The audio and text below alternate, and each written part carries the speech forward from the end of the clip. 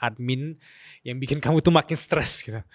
Karena event yang bagus ya menurut aku, itu bukan cuma soal wah peserta rame gitu, tapi juga soal pengalaman daftar yang bikin peserta itu ngerasa bahwa ini bagus banget, ini profesional banget, ini gampang banget. So langsung aja cobain fitur eventnya di Linkit sekarang. Tadi aku juga ingin menggali ngomongin tentang bahagia, which is banyak dari kita, terutama di awal-awal 20-an berpikir bahwa kalau aku punya A, aku akan Nanti bahagia. perkara nanti tuh. Ya. Nanti, kalau, maka aku akan bahagia gitu. Sebenarnya itu hasrat kan? Betul, Atau kalau kata James Clear dia bilang, itu kontrak yang kita buat sampai kita punya itu baru kita bahagia gitu. Kayak hasrat berarti kita menunda untuk tidak bahagia. Baru kita punya mobil baru kita bahagia. Dan ketika kesana berarti kita tidak bahagia sama sekali. Karena kita ngelihat ketidaknyamanan tadi suatu hal yang kita benci kan.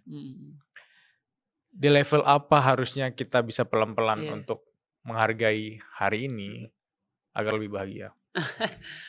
Ada buku judulnya bahasa Indonesia Rumus Bahagia. Ada buku Rumus Bahagia yang tulis Mogaudat, orang India Muslim, dia pernah kerja di Google. Tapi keluar sebab kejadian tulisan ini. Judulnya Rumus Bahagia, katanya bahasa Inggris saya intinya low your expectation, semakin tinggi ekspektasi. Rumusnya ini, semakin tinggi ekspektasi, semakin tinggi potensi sakit hatinya. Itu katanya. Semakin ekspektasi direndahkan, potensi bahagianya semakin tinggi.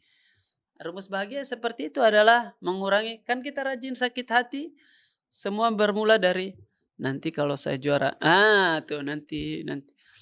Dan ketika realitas menampar kita berbeda dengan apa yang kita mau, ekspektasi kita, sakit hati pun datang tuh. Walaupun kalau sekarang definisiku tentang bahagia adalah temporer, itu tidak bisa dia bahagia itu. Tidak bisa bahagia itu. Bahagia punya kadaluarsa kalau di dunia tuh. Bahagia punya kadaluarsa. Sekarang didefinisikan bahagia bagaimana adalah nyaman terhadap tidak masalah, berdamai terhadap ketidaknyamanan tadi itu. Itu saja saya pegangnya itu sih. Apapun. Kayak kemarin saya pulang kampung. Masih bertengkar dengan abang kakak saya itu. Di usia dia sudah punya anak, saya punya anak. Terus saya pikir-pikir, saya ini sampai sekarang akan tetap menjadi adik di mata dia. Saya si kampret ini masih marah, saya sudah punya anak gitu. Saya ada anakku, ada istriku, tapi maksudnya